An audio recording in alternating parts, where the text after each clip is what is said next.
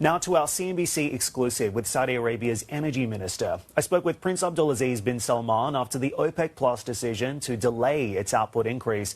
I asked His Royal Highness to explain what concerns him the most about the market and the outlook for next year. What worries me, to be honest and candid about it, what worries me the most is this market is being hijacked by influencers who works a lot on the sentiments. And I know for certain, and Dan, you know for certain, that most of the work that they have done on the sentiments of the last few months are not happening, but they are creative enough to bring more negative sentiments. So again, my problem is that there would be sometime a reality check. And you could see those agitators of negative sentiments hiding behind dark spots and dark corners because they don't want to be seen as having to influence this market negatively in such a way where it will be. But this market has been hijacked by a negative sentiment driven by people that have a very serious incentive to bring this market into a great deal of volatility. You know me, Dan. I hate volatility. I will continue to fight volatility as much as I can. But people need to be aware that there is some people that have big interest in enhancing volatility as we go. So what's your message to them?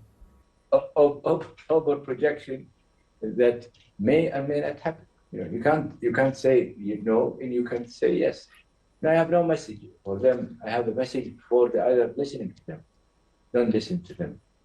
They're hijacking the narrative, and they're making people not look at the fundamentals. And if you don't look at the fundamentals, you run a serious risk of being taken for a ride.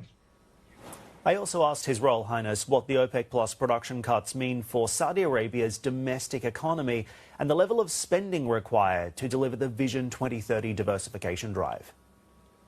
It's very simple. I'm part of a realistic government. It attends to matters as it happens.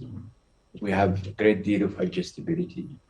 We have prudent financial management, and as you have seen in our budget, our capable Minister of Finance did put together a press conference, which he elaborated in details about how we're going to be attending to these issues. So, and we have the financial capacity actually to maneuver. The maneuverability and the financial capacity we have allow us, including, by the way, adjusting some spending programs which had happened and spreading these ambitions at longer periods. So the flexibility on the Vision 2030 is there. It is realistic because all governments to go through these processes. But yes, we would have preferred to increase production, but if the situation warrants for the purpose of being optimal on your finances and what have you, it's not a bad choice.